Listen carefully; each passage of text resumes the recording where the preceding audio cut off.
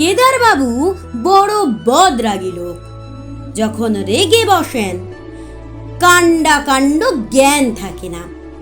একদিন মুখখানা বিষণ্ণ করে বসে আছেন। এমন সময় আমাদের মাস্টারবাবু এসে বললেন, কি হে কেদার কেষ্ট, মুখখানা হাঁড়ি কেন? কেদারবাবু বললেন, আর মশাই বলবেন না, আমার সেই রূপো বাঁধানো হুকোটা ভেঙে 7 টুকরো হয়ে গেল। মুখ হাঁড়ির মতো হবে না তো কি বদনার মতো হবে? মাস্টার মশাই বললেন, বলো কি হে, এ তো কাঁচের বাসন নয় কি মাটির পুতুল নয়, অমনি খামোখা ভেঙে গেল, এর মানে কি? কেদারবাবু বললেন, খামকা ভাঙবে কেন, কথাটা শুনুন না। হলো কি, কাল রাত্রে আমার ভালো ঘুম হয়নি। সকালবেলা উঠেছি, মুখ হাত ধুয়ে তামাক খেতে বসবো, এমন সময় কলকেটা কাত হয়ে আমার ফরাসের উপর টিকের আগুন পড়ে গেল। আমি তাড়াতাড়ি যেই আগুনটা সরাতে গেছি, অমনি কিনা আঙুলে ছ্যাঁকা করে ফোসকা পড়ে গেল। আচ্ছা আপনিই বলুন, এতে কার না রাগ হয়? আরে আমার হুঁকো, আমার কলকে, আমার আগুন, আমার ফরাস, আবার আমার উপরেই জুলুম।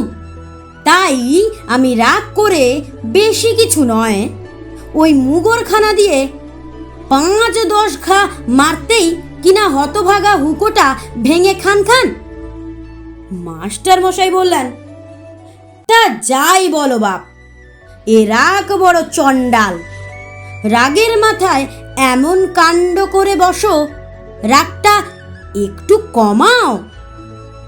কমাও তো বললেন, রাগ যে মুখের কথায় বাক মানবে, এ রাগ আমার তেমন নয়।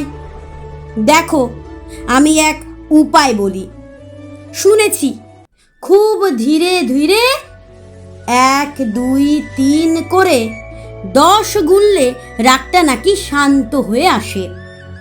কিন্তু তোমার যেমন রাগ, তাতে 10-12তে কুলোবে না। তুমি একেবারে 100 পর্যন্ত গুনে দেখো। তারপর একদিন কেদারবাবু স্কুলের সামনে দিয়ে যাচ্ছেন। তখন ছুটির সময়, ছেলেরা খেলা করছে। হঠাৎ একটা মার্বেল ছুটে এসে কেদারবাবুর পায়ের হাড়ে ঠাঁই করে লাগলো। আর যায় কোথা! কেদারবাবু ছাতের সমান এক লাফ দিয়ে লাঠি উঁচিয়ে দাঁড়িয়েছেন। ছেলের দল যে যেখানে পারে একেবারে শটান চম্পট। তখন কেদারবাবুর মনে হলো, মাস্টারবাবুর কথাটা একবার পরীক্ষা করে দেখি। তিনি আরম্ভ করলেন, 1, 2, 3, 4, 5। স্কুলের মাঝখানে একজন দাঁড়িয়ে বিড়বিড় করে অঙ্ক বলছে। তাই দেখে স্কুলের দারোয়ান ব্যস্ত হয়ে কয়েকজন লোক ডেকে আনলো।